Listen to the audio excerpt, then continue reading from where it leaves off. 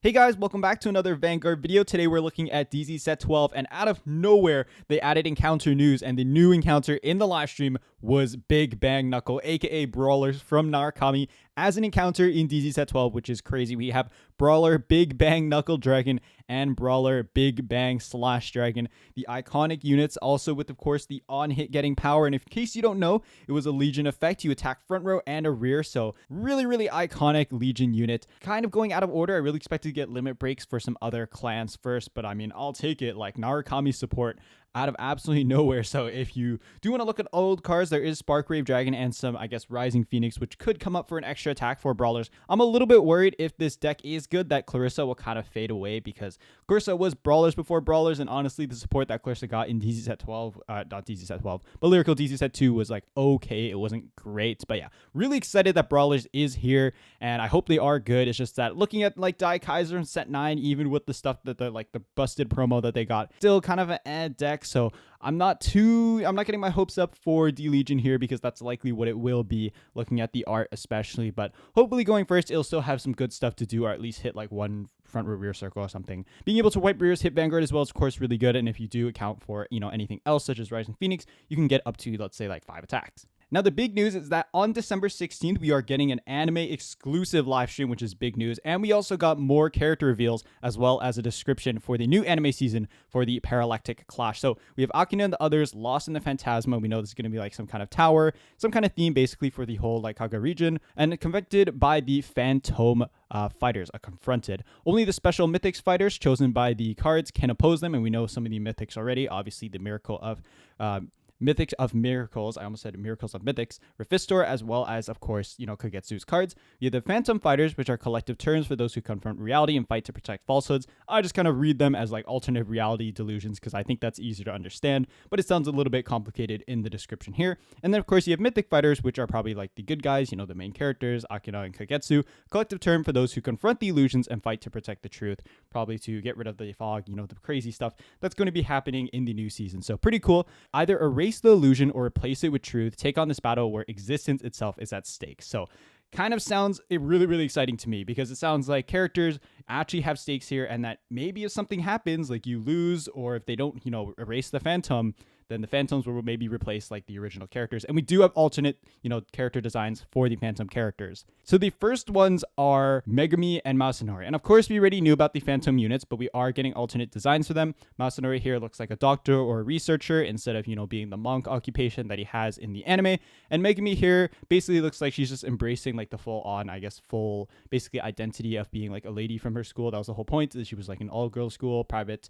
And so, yeah, I think it's really interesting to see that there's probably more stakes for characters, so these characters would get more development, because I think, not to say these characters aren't popular at all, because they definitely are, but I definitely felt like they were backlined, especially in DZ2, especially when we knew they were getting new forms and divines. They still didn't really have much to do, especially Megumi, who became like the new blackout leader. So really exciting to get that news for these characters, and I really hope they do take the anime and raise the stakes a lot. The description gives me a lot of hope. We also have Ryuga Fushimi, and this guy looks sick. Someone was calling him knockoff Danji in like a private Discord. I was like laughing my ass off. But anyways, he's a third-year high school student who excels in both academics and karate. To protect the Phantasma as a Fantome fighter, he shows intense hostility towards Akina and the others. So I guess kind of going back to the theme of bringing back new characters, kind of how we had for Destin, that will oppose the Mythic fighters, probably because they want to keep, I don't know, some kind of delusions or alternate versions of people around, is kind of the idea that I'm getting and the vibe. So really like that. We also have the reveal of Kurimi Ishikawa. We did kind of see her in the flashback, but we didn't have a full design. So this is the person we saw basically in the hospital of the flashback when Hikari was there. So Kagetsu, Yagumo's cousin, we got another cousin here in the show. Like for all of Kagetsu's like family is just here in the new season of the anime. Third-year high school student, so she's like way older than the actual main cast of the show, in case you don't know that. All of them are actually in like, I believe it's middle school, except for now, who's a university student. Anyway, she has a close twin sister, is common kind to everyone. Obviously, we've seen the twin sister. She's playing the new Storkea deck. While she was hospitalized, she became friends with Akina and Hikari, so she's probably a Mythic fighter, is what I'm assuming. But again, they haven't showed any of the nations for these new characters, so I'm assuming they are saving that when they do hopefully show off more unit designs for the anime live stream, but pretty exciting stuff. Now to talk about the silhouette cards. All right, so first off, to go over Grand Arm Silhouette, and just randomly while I'm talking about these cards, I'm going to overlay Dear Days footage just so you know the attack pattern, because I do kind of want to explain the beginning attack step effect. Kairos here forgot to put it for the Vanguard skill, because as you can see on the art, it is 3 separate skills. So the first skill for Grand Arm Silhouette is act on Vanguard Circle once per turn. If your opponent's Vanguard is grade 3 greater, you cost Soul Blast 1 Machining's Factory. This is the set order you guarantee off the ride line and shove into Soul to basically call out 2 arms. This unit gets a continuous red text Vanguard Circle. All your units with armed arms in its card name get power plus 5 until end of turn. So this is really, really big. Obviously, it won't activate when you go first and your opponent's on grade 2, but you get that continuous plus 5, so essentially plus 10 to Van. And then, of course, all your units keep it during that turn, so when they return back to rearguard circle, they'll keep that power. So just big power buff, basically turn wide for all your armed units, so basically your rear and your Vanguard swing. Next is the auto on Vanguard Circle. Once per turn, at the beginning of your attack step, you cost Soul Blast 1. Choose up to 2 of your rearguards with armed arms in each of their different card names. Attach them to this unit. So while I'm talking about this, I'm going to show you Dear Days footage just so it's easier to kind of visualize instead of me explaining it. Basically, you don't want to activate this until your rears on side have swung. So basically, you'll begin the attack phase, swing usually with the restanding boosters behind the 2 arms on side. Then beginning of attack step, once the 2 sides have swung, you'll equip both of them. Well, I say equip because I'm used to buddy fight, but you'll arm both of them to Vanguard. Then you'll get, the skills, swing Vanguard, use the Vanguard skill, which is the last skill, the auto Vanguard Circle, and to battle this unit attack. Choose up to 1 attached units to this unit and move it to rearguard circle as stand. So you get 1 arm in the front row, and then you'll use the grade 1 booster, the promo, to basically get the other arm into the front row, getting 5 attacks. And of course, any triggers or continuous power that are going to the arms will also remain true for them as well. So the booster will give them plus 5. Your Persona Ride, you have the red text. So the numbers are actually pretty decent for a 5 attack deck. And of course, if you do flip over trigger or some, other shenanigans, including fronts are really unique in this deck, then you get to keep that power when they obviously move to rearguard circle. So really strong stuff, and the new arms are a big improvement because the old arms really were restrictive with how you could activate them. I'm going to put them up on screen right now just so you can read them. Basically, the left and right ones were draw and retire, but basically the draw was tied to either your opponent was grade 3 greater, which is really weird. So once we get to the left and right ones, they're really big upgrades, but basically all you need to know is that the last 2 skills are pretty much the same as before. The first skill is just a big buff to your turn-wide attacks because you get that continuous red text of all armed arms getting that power plus 5k, and of course that will continue whether they're on Vanguard Circle or rearguard circle.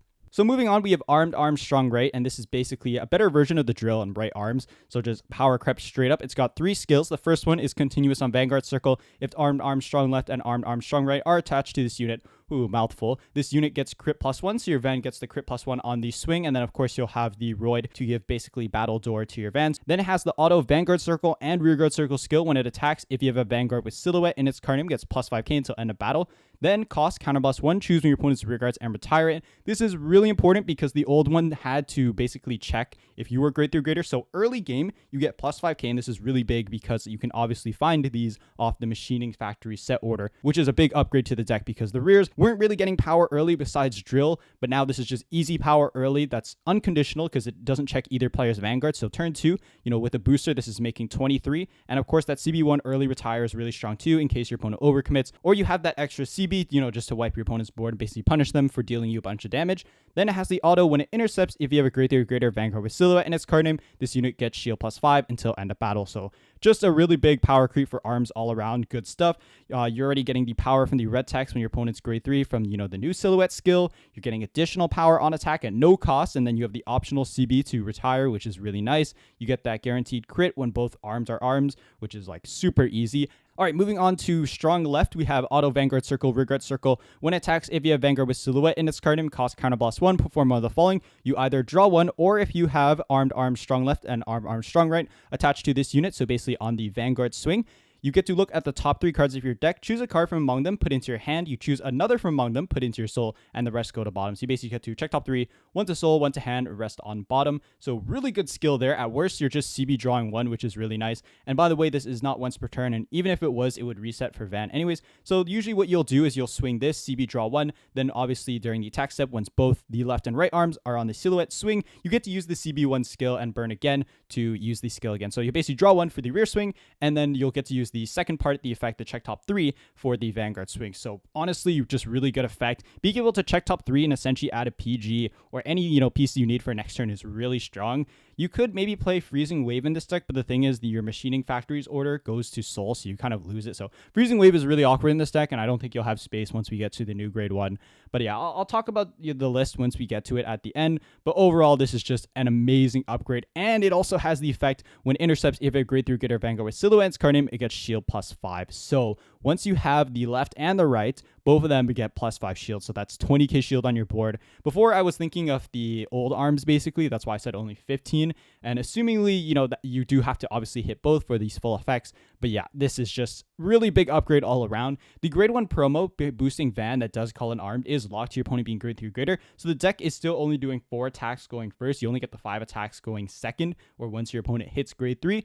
But still, this is just a big upgrade all around. The fact that you are getting additional 5k shield is just straight up power creep. You're basically getting plus 10k shield across your board because you'll have StrongLeft and StrongRight on your board. So yeah, just an amazing upgrade for all of them all around. And again, this works early game because the on attack doesn't check your Vanguard or opponent's Vanguard. I mean, it checks your own Vanguard for Silhouette name, but your entire ride line is Silhouette. So this is active as soon as turn 2. So if you do get rushed, you can immediately burn CB to draw cards. So the last card to talk about is Masterful Mechanic Adiest. And this card is just like amazing as well for the deck. Although when placed on Vanguard circle, you get to check top 5, choose up to 1 order without Regulus piece from among them, reveal it, put into your hand, shuffle your deck. If you revealed, you perform Energy Blast 3. If you did not Energy Blast, you choose a card from hand, put into your soul. So basically you're E3ing for a free order from check top 5. This is an easier way to find your machinings, basically your set order that your ride line gets, because you're probably going to be playing 4 anyways, just to deck thin. And of course, you need to get your arms into drop for your ride line, call cost, and whatever else. Then it has the second skill, act on rearguard circle once per turn. You cost counterblast 1, choose a card with armed arm as card name for your drop, and call to rearguard circle. So if you somehow don't have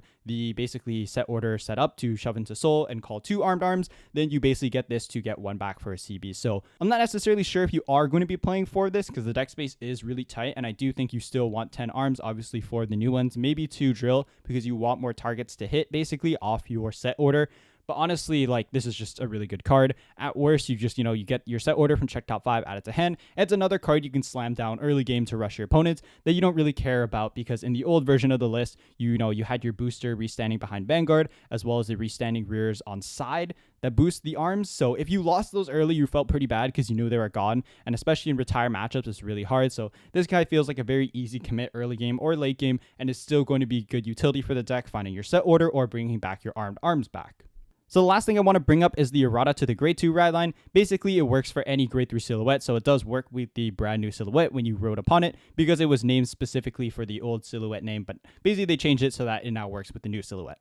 So here's a sample Deity list that I found just from Googling. I haven't done any testing for this, by the way, just a quick disclaimer. So obviously you have 4 the set order and 4 if you're restanders that do enable the extra armed in front row for the 5 attacks, as well as the restanding booster as well. 10 arms is usually the standard you'll see in lists, sometimes 11, especially if they're playing the grade 1 that checks top 7. But I think now you might want to maybe consider the new triple rare because it's just really good, like early game or late game. So that card can also find your Machining Factory set order as well, because you do guarantee 1 off your ride line, but it's really nice to find more in case you need to rebuild your front row arms for the 5 attacks, or in case you need to just deck them further, because it can easily just mill out arms or add them to hand and get you more soul. I think between the basically new cards, shoving cards to soul, as well as having the new grade 1, you have just so many options for soul that it's probably not a big of an issue. So front and draws both have their drawback. The thing is, this deck doesn't really plus much, but the new arms kind of changes that because you can CB early to draw. So now I think it can move towards 3 fronts instead of having to play 4 draws. This is like a very old version from DZ set 3 of the list, by the way, that I haven't done testing, as I said it before.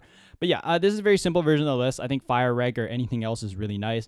So yeah, Fire Reg is just really nice just to kind of pitch, make a board, because you really do need to find pieces, and against retire matchups, it's really hard, especially when you lose the promo or your restanding boosters. You don't really have too much pressure. Like, you're hitting 30-ish, usually a little bit better now with the red skill, especially because you get that +5 to all your arms plus your Persona Ride. The power does stack up pretty fast, and your numbers are actually decent with that red text.